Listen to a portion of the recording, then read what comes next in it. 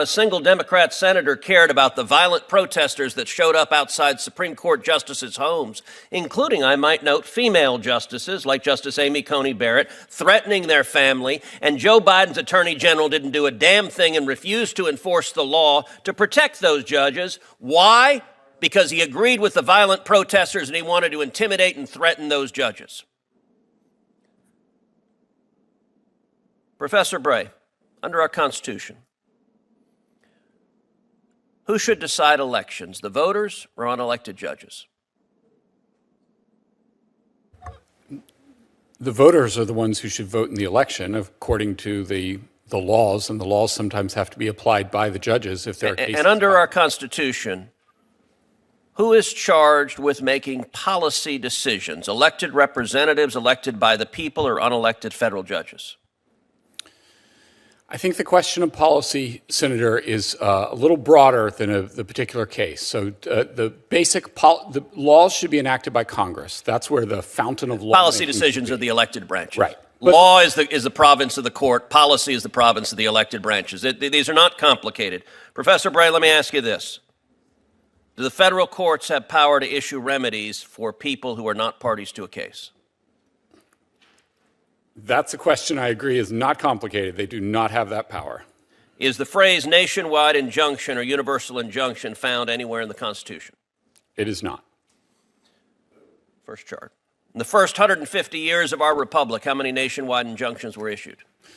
My view is that there were not any until 1963. 0. Now fast forward. How many nationwide injunctions were issued in the entire 20th century?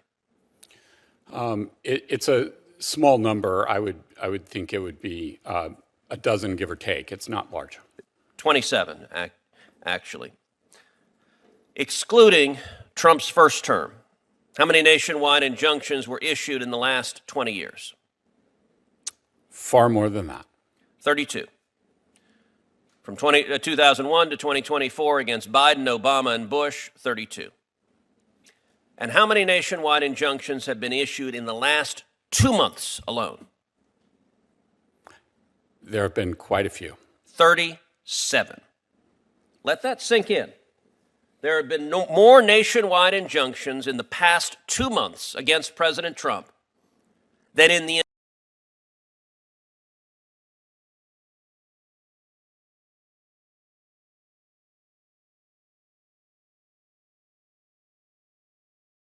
Obama and Joe Biden's term.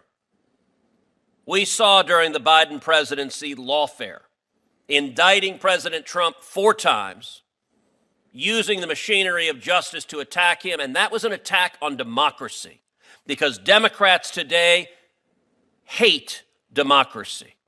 Democrats today are angry at the voters for re-electing Donald Trump and electing a Republican Senate and a Republican House, and they engaged in lawfare to stop democracy from operating. Understand, this is the second phase of lawfare, second chart. This is the second phase of lawfare. Now that their efforts to indict President Trump and stop the voters from re-electing him have failed, they're going and seeking out individual radical judges to try to shut down policies, and they are forum shopping like crazy. Give me any loon judge put on the bench by Obama or Biden who disagrees with a policy. We just saw a judge flagrantly ignore U.S. immigration law concerning TPS being revoked. U.S. law explicitly said there's no judicial review for that, but hey, they found a judge who says, you know what? We, the Democrat Party, we are the party of illegal aliens. We are the party of murderers and rapists and gang members, and the Democrat Party exists here to fight to keep murderers and rapists and gang members in your communities. There's a reason the Democrat Party is at 26% approval nationwide, because they put radical policies ahead of rule of law. Nationwide injunctions are an abuse of power. It is the judiciary acting as policy deciders, and it is incumbent on this committee and this body to rein in the abuse of power from these unelected radical judges who are trying to overturn the election because they disagree with what the voters decided. Thank you, Senator Cruz. Senator Klobuchar. Okay, that was a lot. Let me start with a few things. Number one, we love the democracy, and I believe what we should be having is a civil debate about how we can best, if Donald Trump wants to make changes to the government, we should be doing it in a legal way, not how he's doing it. And the only reason there's all these injunctions, Senator Cruz, is because he's violating the Constitution. Why would Trump-appointed judges... Why don't you file them in red districts? Senator Cruz. Why... What did you just say? Why don't you file them in red Cruz, districts? point Why of are the order. Democrat attorneys Senator Cruz. general seeking out Senator Cruz. left-wing, my blue, esteemed single colleague. districts? Patient with One Senator second. Cruz's activities Yeah. in this building. Senator Whitehouse. He's entitled to. I'm just going to ask for a point of order. Madam Klobuchar, Senator Klobuchar. Senator Moody, we have debates on this committee. They occur regularly. Let's let her have her time, and then we'll get back to that. If you it want to is- wait, we'll get back to you, Senator Cruz. She's welcome to Senator answer the Klobuchar, question or go not. ahead. It's her choice. Go ahead. I'm so and I would excited encourage to you be to answer. following Senator Cruz once again. Excuse me? But I will say Excuse this, me? I didn't hear you. What did you say? to be following him. He and I have a I was long-standing- permitting you your time to continue. To be following him in order. and I Excuse have me. a Go ahead, Senator long-standing Klobuchar. debate during hearing. Go ahead, That's Senator what I'm Klobuchar. referring to. Go ahead. And I will take more than my time, since he's taken more than his time to yell at me. Go So ahead. what I I'll will mark the say time. is that I'm not yelling. I asked a question. Senator Cruz, please. I'll give you time. Senator Klobuchar, I've got the time, and you'll be allotted I time. am making the strong case that the reason all these cases have been filed and the reason that these judges who have been appointed by Ronald Reagan, yes, they still exist, and the Bushes and Donald Trump, judges appointed by Donald Trump, have been making these decisions is because this is not legal. Donald Trump himself has used his social media account, the White House account, to post an image of himself wearing a crown saying, "Long live the king." The issue is that we do not live in a kingdom.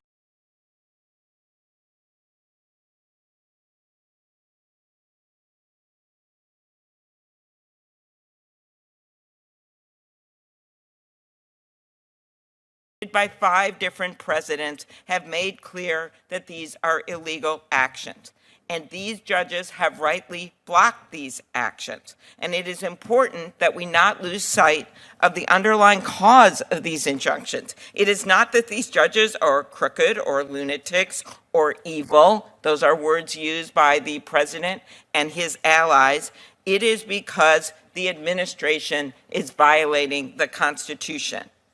What happens when they use these kinds of words? You see more and more threats against judges. And that is what we're seeing. That is why federal judges and the U.S. Marshals, who are responsible for protecting them, are sounding the alarm about a spike in threats against judges. This is serious.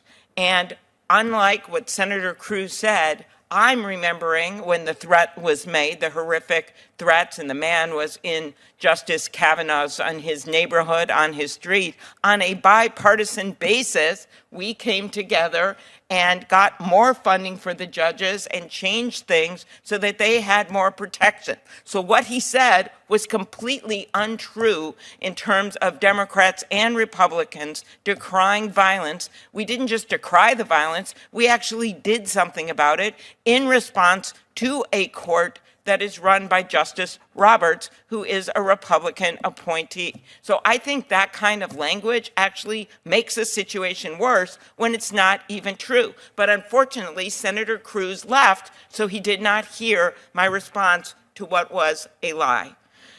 President Trump's attacks on these judges has made for some major risks for these judges. I would ask you, Mr. Panuccio, and not in a partisan way, just normal, as a partner in a law firm, have you ever taken to social media to personally attack a judge who ruled against you? That's all my question is. Senator, thanks for the question. I think that attacking judges personally and not their reasoning, well, let me just give you a quote. I want to tell you, Gorsuch, I want to tell you, Kavanaugh, you have released the whirlwind and you will pay the price. I've asked you. Want to know, you won't know what hit you if you go forward with those awful decisions. That was something that Senator Schumer said, and I thought it was awful, and it unleashed a wave of violent threats against Supreme Court justices. I do think that's problematic, that course kind of it is. language. I have no doubt the language is a problem on the left or right. I was just asking you if you have ever personally attacked a judge after you disagreed with the ruling. I'm asking you I have if you not. did it. Thank you. And you believe that the proper recourse is to appeal when you disagree with the ruling. When I disagree with a ruling on behalf of a client, I appeal. Thank you. That was all I wanted. I was not going to criticize you. I believed that you would not have done this. And so that is my point. When people do this, and right now we have not just a random person on social media doing it, we have the President of the United States doing it. And I would just ask you, Professor Vladeck, in your opinion, are the judges who ruled against the president radical and rogue judges? No. And just if I might, even though he has also left the room, Senator Schmidt suggested it was statistically impossible that Chief Judge Boasberg has been assigned to multiple cases in the D.C. District Court. I think that rhetoric is highly inflammatory, in addition to being just mathematically incorrect. There are 31 different cases in the D.C. District Court alone in which D.C. district judges have ruled against the administration. There are 11 or 12 active district judges. The notion that one of those judges would have multiple of those cases is not statistically impossible. It's statistically certain. And if the president does not want to have judge rule against him, isn't the answer that he just follows the law? One would think, but I think we live in a bit of an upside-down world at the moment. Okay, so this hearing was titled in a very academic fashion, Universal Injunctions. And we can make it all academic if we want. Clearly we haven't with Senator Cruz's remarks. But I just want to make the point that this has a real consequence, that these cases that are coming before these judges. This is outside of their decision, which is based on the law and the facts. Sometimes they've ruled with the president, sometimes they've ruled against the president. But just to get it so people understand this isn't just some academic exercise about injunctions and if they're a good thing to have legally. Last month, a federal judge blocked the administration's plan to slash NIH funding for medical research. Could you talk about the impact if the judge had not been able to issue a nationwide injunction? Sure. So Senator, briefly, because I know our time is limited, NIH hands out thousands and thousands and thousands of grants. If you required the recipients of each grant to litigate the rescission of each of those grants on a retail basis, you would have gaps in cancer research. You'd have gaps in all kinds of, work by the National Institutes of Health, because it's not possible that those thousands of the mass action by the government could be challenged on a retail basis in federal courts. Thank you so much. And Could I get a second round of Senator questions? Klobuchar, I allowed you to go way over your time in order to make up, and I wrote it down. Second round? No, ma'am. I just wanted to let you know that I did give you extra time and over what was taken up. Okay, the So thank you practice of so the- much. I appreciate it. Okay, a lot of times when senators are still here and there is no one else here, they let them have a second round? Absolutely. I'd just like one moment to ask about an issue that Okay, came well, you up should, yes. that is regarding TROs and